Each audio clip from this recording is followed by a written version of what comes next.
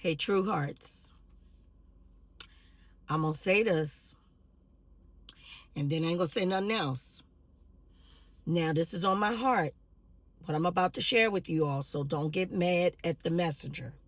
When God gives it to me, what? I give it to you. That's right. So, look here.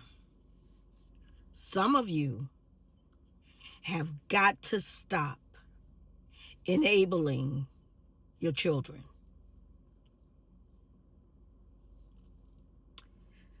Not all of you. If this doesn't apply to you, I ain't talking to you. Only to the people who this applies to. Okay? So a lot of you will get around your children and you say things around your children that you know you shouldn't be saying around them, but in a little slick, little sly way, you giving them the permission to do what you know they shouldn't be doing and they know they shouldn't be doing. And I'm going to give you some examples. A lot of times some of y'all will be around your children and y'all say, don't keep hitting him. He gonna hit you back. He gonna hit you back. He is bad. He gonna hit you back. Watch and see. Okay. And it's probably their uncle or something like that, just playing with the child. All right, he gonna hit you back. And what y'all think that child turn around and do? That's right. Hit him back. Or y'all will do things like saying things in front of the baby or in front of the child, saying things like, "Oh, don't do that because you're gonna make him cry. If you keep doing that, you're gonna make him cry. You're gonna make him cry. He is a big cry baby. You're gonna make him cry." And what that child turn around and do? You're right. Cry. There is nothing like the command of the voice of a child's parents, a child's mother, a child's father. A lot of times we are giving our children permission to do what disrespectful stuff, things that we know they shouldn't be doing, things that we know they shouldn't be saying. And then a lot of times we think it's cute and it's not. And you're not helping your children. I can tell you that for sure, because everybody is not going to take the permission that you give them. Everybody not going to take it. And see, and also you're not going to always be around. Here's another example. And this is a big one. Don't get mad at me when I say this, but I'm going to say it because ain't nobody else going to say it, and it needs to be said. A lot of y'all are giving your children permission to pee in the bed, wet the bed, up in age. Y'all giving that child permission to wet the bed. Don't wait a minute, hold up. Don't fuss at me. I know what you mean. We giving them permission. Who gives a child permission to wet the bed? How was she talking about? I'm getting ready to explain. So if you give me time to explain, maybe you'll understand and maybe you won't be so mad at me. Maybe you will, but maybe you won't. So check this out. Now let me do this disclaimer.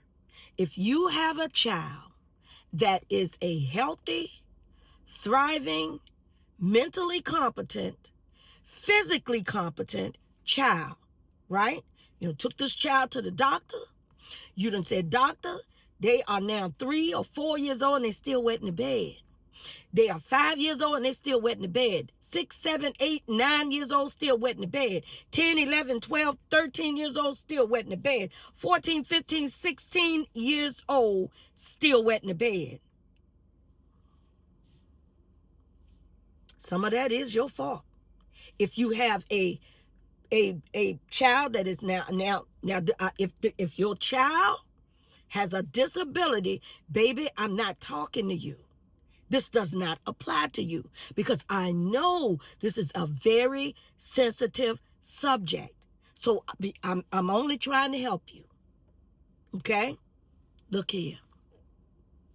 If you have a child that is up in age and that child is still wetting the bed and you have done everything you could possibly do, so you think, to keep that child from wetting the bed, I hope I can help you. Okay? One of the biggest things we have, the greatest thing we have over our children is influence. Okay? And your children know just how much you love them when you say a few of these words. Stop. No. You can't keep doing that. I forbid that. All of the negatives, all of the no's, all of this is not acceptable, all of that stuff. Okay? See, because we as parents, we take a lot on ourselves and take a hold and responsibility for a lot of the things our children do and go through. If you got, for example, if you got a child that the child's other parent is not in their life, guilt. You bear a lot of guilt for that. Instead of just raising the child, giving that child everything you can give that child, but not so much so that you give that child so much that you giving them guilt. You're feeding them guilt, and you're feeding them stuff that you shouldn't be feeding them, just because you feel bad that their other parent is not in their life. That's not your fault. You're not responsible for that, baby. You're not. Their other parent is the one that's responsible for that. Let me go ahead and tell you that. So your child that is peeing, urinating, wetting the bed up in age. And here you go. This is where, in my opinion, now we talk about thriving children that do not have mental disabilities, children that do not have physical disabilities. They can walk, they can talk, they are thriving every day, got friends, go to school, got all of that children. Okay? And they are up in age and still wetting the bed. Here's what you are doing that, in my opinion, is wrong. Don't forget to put on your pull-up. Worried about the mattress. Worried about the sheets and the covers and them wetting themselves in pajamas. You worried about those things. But what you need to be worried about, because let me say this other little disclaimer. A lot of times, children who wet the bed, thriving children, okay? The children that I just described, who wet the bed in a whole lot of cases, not all, but a whole lot. Those children, unfortunately, were essayed. Read it up. Look it up. Many children who wet the bed up in age were essayed. I'm sorry, baby. Those are facts. Look it up. So, here you go. And that, I'm not saying that is not a trauma, because it is. That's a huge trauma. And I'm not saying that is not a reason for wetting the bed, because it may be. I know that these are facts. What I'm saying is, don't help the problem. What I'm saying is, don't enable them. So enabling them is, don't forget your pull-up. Here go your pull-up, baby. Or got a whole line of pull-ups in the drawer, and they've gotten so up in age where they know to go to the pull-ups and put them on before they get into bed. Because you don't want to, nobody want to do the work that will make something snap in that child's mind to stop wetting the bed.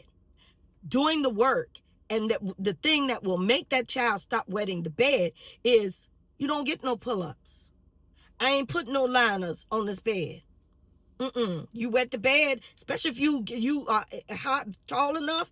I don't care what age that child is. If it were my child, now I was blessed. I didn't have that problem, but I have people that were very close to me that did have that problem.